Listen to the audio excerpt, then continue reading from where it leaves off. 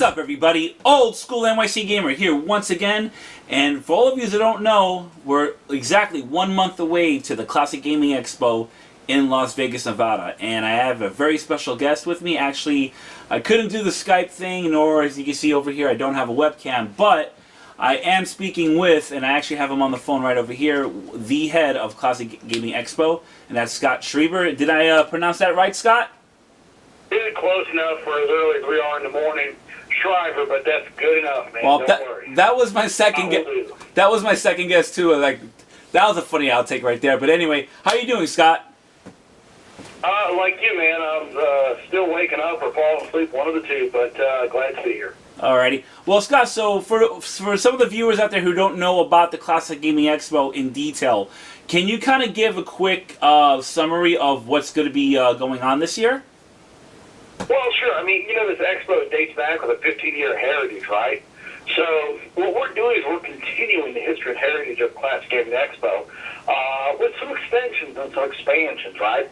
So one of the major mandates that we had, I had for my management team when we, took over the task of running CGE this year, was to preserve the history and heritage of CGE, the character of CGE. As you've been to CGE yourself. Yes. It has a certain feel. Things happen at a certain time. So what we did is we first sketched out all that on paper, and we said, okay, so these are the times the panels run. So CGE for long-time attendees is going to feel like CGE. Everything is going to be pretty much where it was. In terms of time and schedules and features. We also reached out to all the people that made CGE what it is, the long-term relationships, the volunteers, the media folks like yourself, everybody that's always participated in CGE. We reached out to them and said, hey, whatever you were doing, keep doing. We didn't want to, barge in and take over, because that's not what we're doing. We're here to serve, So what we added on top of that core structure that we preserved was, well, to start off, a whole extra day. We added Friday. So in the past, you would, come to CGE, you'd get into town on, say, Friday morning, and you were kind of left to your own devices, which in Vegas is not the worst thing in the world. Exactly. It wasn't the official expo content. So what we did is we added a whole extra day. So now the expo starts Friday, and we added expanded hours. So, in the past, the Classic Gaming Expo would close at, say, 6 p.m., and the doors are shut, and you went to the auction, or you went to dinner, or you went to the pinball thing, but you were out of the expo. It was closed. And the reason being, because there were 3 people running it who were doing the job of, 12 people. And as I said, I've got, 12 people doing the job of 12 people. So I got a good management team behind me. I divided the expo into 7 distinct departments, picked effective managers to run each department, and they're doing a great job. They've done everything I asked of them. So what happens now is not only doing the extra day, we've got the expanded hours. So at 6 p.m., the vendors close down just like they always did, but the vendors are in their own slice of the expo hall that's divided from the arcade machines. So the arcade stays open until midnight. We have movies added. So when the panels end, just like they always did about 6 p.m., now the movies take over. So we're going to be showing movies with, panels, Q&A panels by the filmmakers after the films end, in most cases. I should give you a little information about the arcade. Remember in the past, CGE would have about, a dozen to 15 consoles. Yes. And about 25, to 30 arcade machines. Yes. This year, we have really blown that out. What we've got is a dedicated arcade area. We have 90 at minimum. We may have some more coming in, depends on space-wise. But we have 90 arcade and pinball machines that are going to be lining the hall. Wow. And then down the center, we're going to have blocks of consoles.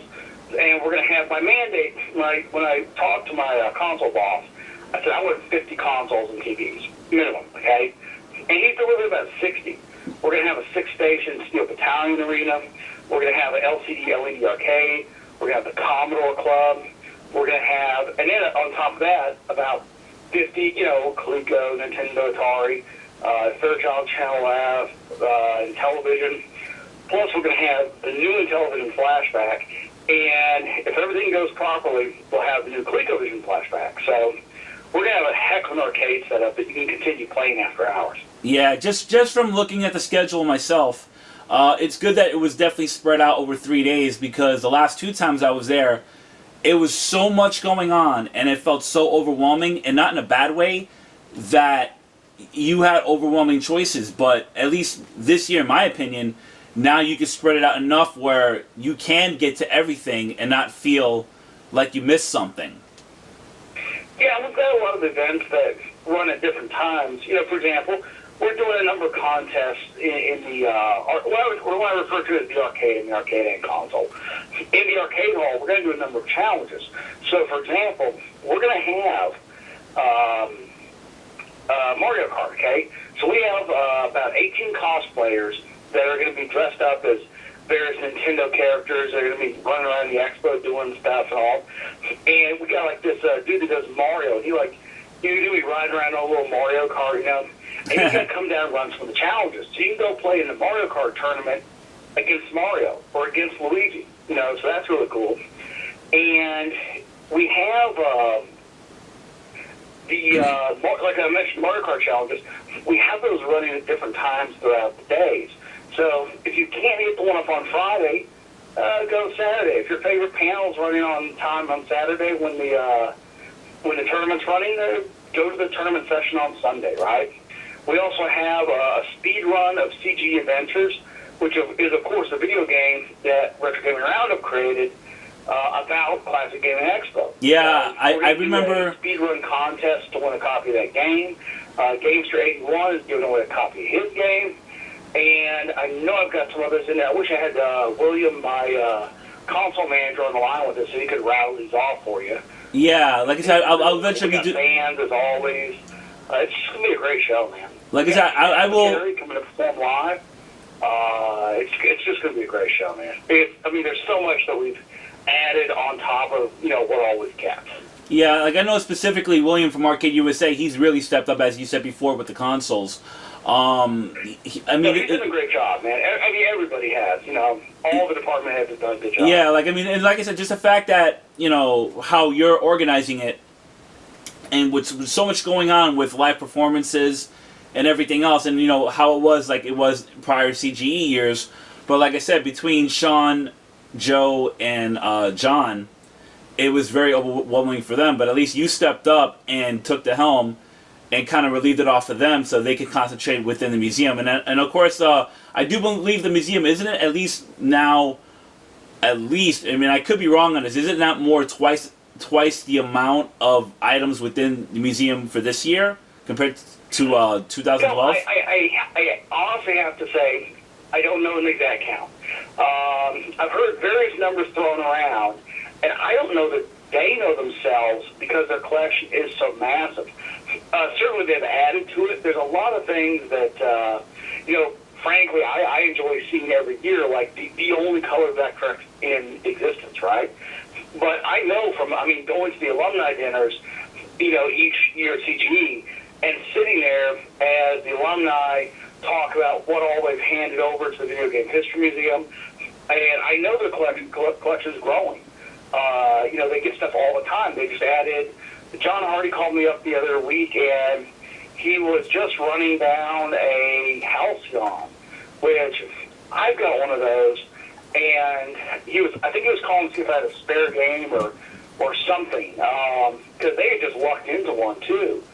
So they're adding stuff constantly. So who knows what that collection has ticked up to in numbers? But yeah, it grows every year. It's gonna be bigger than the last time you saw it. Yeah, because just from doing a walkthrough of it in 2012, I believe it took me over, and because I always like to do stuff in detail. I don't want to just walk by something and miss something. I can't imagine how long that video will take me to go through the entire walkthrough, and I'm really excited to see what new items those guys put into the museum for this year. Oh, no doubt. That's going to be great. And see, that's one of the things too about CGE, where we would always try and do, our podcast, just like your channel, we would do a walkthrough, and, it's like, okay, we're going to have to hit the walkthrough after we close, because we always set up as a vendor to exhibit the podcast, and we were so busy during the day doing interviews.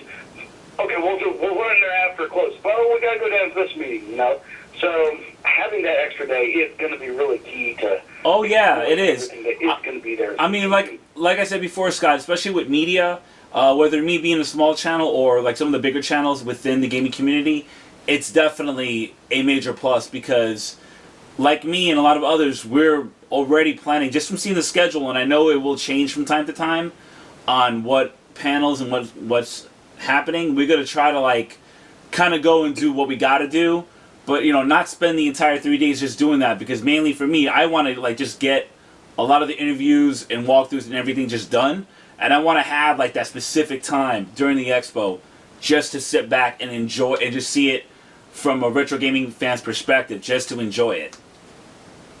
Yeah, that's the thing for me since 2007. CGE has been a working expo because we're always there to, like yourself, to do the interviews, to promote the show. So, since it was a working expo, it's been a long time since I had the chance to sort of walk around and enjoy it. And this year, we're going to be running it, and I should point out, Joe, John, and Sean are still going to be there. They're heading up the museum. The museum is its own department within CGE. They're going to be able to run the museum. They're going to be able to run the charity auction. They're doing what they always did in that regard. It's just the business and the management and the execution of CGE were taken care of because they were so busy with the Video Game History Museum. So, it's going to be busy, at least for myself and Mike and Mike. It's going to be very busy, handling the business of CGE and we're going to try and do our own reviews and everything else. But at least we got some breathing room.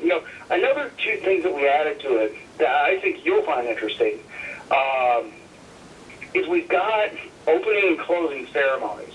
And this is something that it provides kind of a nice bookend to the expo where, on Friday, an hour before the show opens, we're going to have sort of a panel discussion, and I'll get a chance to bring up my staff, introduce them, and they can sort of talk about their roles. So if during the expo, you need to know who's who, right? Like if you want to go do something with the consoles, like if you come up with an idea, hey, I want to, maybe I think you mentioned, hey, I got this extra VIC 20, I want to give it away in the contest. Who's the console director? Well, now you know because you came to opening ceremonies and you know who's who, right? Yes.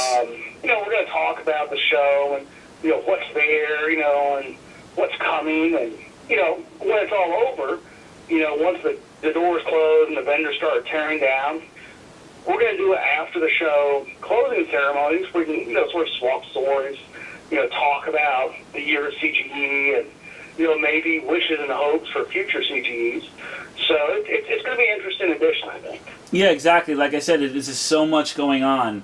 And, like I said, 1 month from now, I am going to be literally counting the days. And I know a lot of people out there who are planning to go. People coming in from California, from the East Coast, overseas. It's, to me, looking at other expos, whether it be E3, and this is what I noticed. I wanted to ask you, Scott. How do you? What's your take? And I mean, especially that even around CGE and literally around the time, I believe there's actually 3 other retro gaming expos within a 2-month span after CGE. What's your take on that? Well, actually, we were very careful to avoid any other expos. It's a small community, right? And we all, we all help each other out. Like, we go to Portland Retro Expo.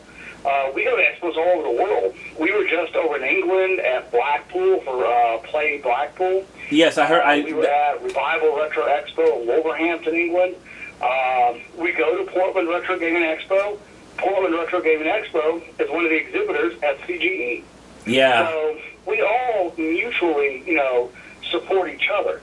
So to schedule an expo in the same 2-week period or in the same month as another expo, unless there's some big geographic diversity, it is kind of counterproductive for all of us, right? So one of the things we did is we made a very careful study of what expos are out there. And we initially wanted to do a spring expo.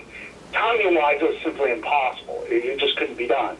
So, having to go to fall expo, we ensured that we picked a time period where we were not stepping on another expo, and another expo wasn't competing with us. So, yeah, I mean, there's weeks in between, a few weeks in between the other expos. So that's something you got to give some careful thought to. But, we're all in this together. And that's the great thing. Is these expos aren't competing. They're a team. Yeah, exactly. Like I said, and not to always keep on beating it down.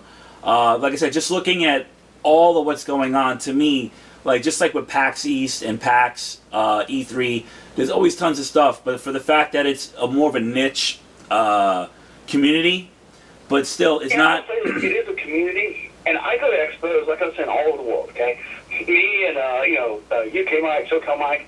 We go. So we do England, we do Portland. I do MagFest. I live just down the road from MagFest. I contribute games to the arcade there. We go all over. We go to Portland. We're popping up these things all over the country, all over the world. I've done the ones in Germany. I've done the Commonwealth Fest in Germany. So, given that I do all these, and my partners do all these, I have to say that CGE is always the one we come back to. That's always the home. It's always the Christmas. It's always the family reunion. It is the center point of the year. CGE is the home plate. So, for us, having the honor to run the expo is extraordinary. And, we just, it was too special not to have, which is why we, initially, got with Joe and John and Sean there and said, look, we know you guys are visiting the museum and can't do CGE. They knew as well. They publicly said it. It was simply a fact of life. And they got to get that brick and mortar museum off the ground. They've got the collection. They're working hard to make all the appearances to do that. So we just said, look, we'll run CGE. That way there is a CGE. Yeah. The only alternative was for us to create our own expo. And had we done that, yes, there would be a Vegas expo, but would there be room for CGE to return? No. So we would have kind of been killing our favorite expo. But what we're going to do, not do an expo in deference that one day CGE might return. So the sensible thing was to say, hey, we'll do CGE. And that's what we did. So here we are. Yeah, like I said, because even speaking with Joe months and months ago, it was a real big maybe. And of course, last year it didn't happen, and I expected that. But from speaking with Joe, the plan was to do every 2 years, and I was excited about it. But then I believe it was before Christmas last year, it was really up in the air from what, from speaking with Joe. And I was like, and I kept crossing my fingers about it. And of course, he kind of gave me the hint that it was going to happen, but definitely not to the amount of what's going to be happening. I was blown away by it. And like I said, once it was announced, I was like, wow, this, and this. And of course, how you and your guys are working so hard. It's like every other day, or if not every day, you guys just keep adding stuff. And it's like, to me, like I said, it's going to even rival, I could say, dare I say, rival PAX East, but for retro gaming. Well, those guys are all friends too. In fact, my panels and movies boss, the guy that went out and recruited all these movie screens and recruited the guys for the Q&A panel, the gentleman in charge of all of that is a prime PAX East participant. PAX and Cal Extreme. I'm sorry, I want to get both of them in there. He also does Cal Extreme, and he's a big participant there. So, yeah, we're, like I said, it's all a big family. The same guy that's at one expo is at another. I'll be over at Portland helping unload a truck or something or whatever, and a month after CGE. It's great. It's all one big family. Okay, so Scott, do you have any closing words here for the people who are watching the channel? How can you personally convince them? They've been hearing about it, they're thinking about it. What can you say that's going to make them say, all right, let's do it, I want to go? What would you say to my audience? Dude, it's Vegas. Seriously, it's Vegas. There's no other town like it on the earth. There is so much stuff going on in Vegas. We're talking about, okay, you've got the expo, right? Yep. And on top of the expo, we've got, I'm sure you've been to the Pinball Hall of Fame. Yes, you got that. We're talking over 250 pinballs, spanning the history of pinball, from before flippers to modern day to the latest machine. You've got that. You've got, shops like Gamers Paradise, We Play Games, Game Repair up in North Vegas. I think Gamers Paradise, I think I said that twice. Yeah, that's actually within... My friend Johnny runs that. He does all the toy assessments for the pawn shop. Yes. The Pawn Store Show. Yes. He's going to be exhibitor at the show, right? You got freaking, Kiss Mini Golf, Insert Coins Barcade. You can run up to Area 51. You can go see Penn and Teller, right? And that's what I would say to people. The rates are so stinking cheap, okay? Yeah. If you jump on them, immediately, because our weekend rates are guaranteed through the 11th of August. So, if you watch this, Monday is the 11th, go now.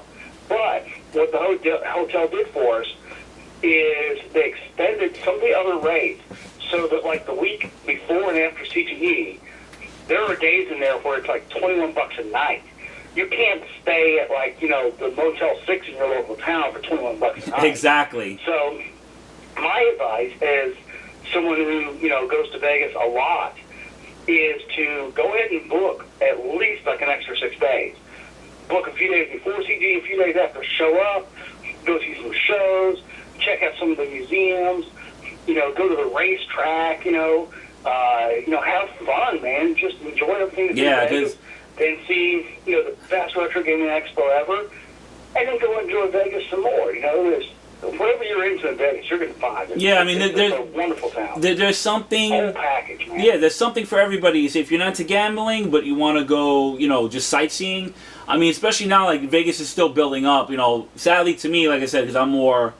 old-timey, when I see, the Stardust go and some of the other casinos. But this, if you're more into, the sensory overload, believe me, people, Vegas is like that. Even Fremont Street, they're rebuilding that. They're adding new stuff. They're doing things that, even when I was there 3 years ago, it's mind-boggling what they do there now. And they tear down buildings that are only 10 years old. Exactly. There's a ton of new stuff too. The work on Fremont is finished. They finished that up just a few weeks ago. They've got the zip line in permanently. They've got the D is built, and something that was really interesting to watch the construction of over the months was the I believe it is currently the world's largest Ferris wheel. Yes, I heard about that. It's open, yeah. Yeah, so that'd be something. How high is it? Because I didn't really look up the information on that yet. Yeah, you know what? I heard that it is taller than the London Eye. And wow. I'm not like a roller coaster Ferris wheel junkie. I don't keep stats. So if somebody out there is, and they go, "Oh no, it's the one in Mongolia is 1 inch taller." I would. It's a huge freaking giant Ferris wheel, but I believe it's the world's largest. Yeah, honestly, I can't imagine that. Gondolas with bars in it and stuff. It's pretty cool. Well, I got to watch, the trucks come in, and I saw the hubs getting delivered, and then the cars getting delivered. It's some crazy stuff seeing that thing get built. I can't honestly imagine the fact that if somebody has vertigo, I would not recommend that they go on that ride. But then again, at the same time, I can't imagine how much that would be. Of course, for it being the biggest ride, probably it would not be cheap. Because even some of the, here in Coney Island, the Cyclone is almost $10 now, which I remember a couple of years ago was only $5, which is a kind of a head scratcher. But that's the sign of the times. Prices go up, things go up. It happens. But yeah, I'm very intrigued just to see literally, well, not necessarily right up close, but from a distance to see how big that Ferris wheel is. Oh, it's huge, man. You can see it. A lot of times we stay down in that area Flamingo, Bellagio, that area quite a bit. And in fact, a couple times we had a window view of the construction site. It's crazy, man, how just the hub is the size of, I don't know, the size of a building. Wow. This thing is incredibly huge, man. There are actually little buildings that hold 40 people each that are the gondolas. It's buildings going around this thing, not Wow. little gondolas that like That's- you tip and there's barely a sensation of movement from what I hear. I haven't had a chance to go on it yet because every time I'm out there, it's darn near working vacation, prepping for CGE. But yeah, I mean, there's just so much stuff there. So if your listeners want to know why to go to CGE, well, I mean, come on, CGE. It's the oldest, longest running, most history, family reunion, retro gaming love fest. It's awesome. And it's in Vegas, which has everything you could possibly ever want to do. Exactly. Alrighty, well, so Scott, thank you very much, for taking the time out to do this interview with me. And alright, guys, so definitely, like I said, all the information that you're going to need for the hotels, for the Classic Gaming Expo, and anything else will be down at the description down below. And, like I said, everybody, thank you very much for watching. And to all my new subscribers, once again, thank you. For anybody who wants to know a little bit more about Classic Gaming Expo, you could always just search it on YouTube. You could go through my channel, or, basically anybody who's been to the Expo. There's so much, beyond so much to do. Like, if you have never been to Vegas, it's definitely a first-time thing, especially if you want to check out. Like I said, there's so much to do, so you can't not be bored when you're, at even the 1 week's time, if you plan to be there. I mean, honestly, in my opinion, you have to be there 1 week if you want to get the full Vegas experience with Classic Gaming Expo. So that's about everybody. Thank you very much for watching. And of course, as always, check me out on Facebook, Twitter, and DailyMotion. And that's about it. Thank you very much, everybody. Have a good night and take care. Cheers.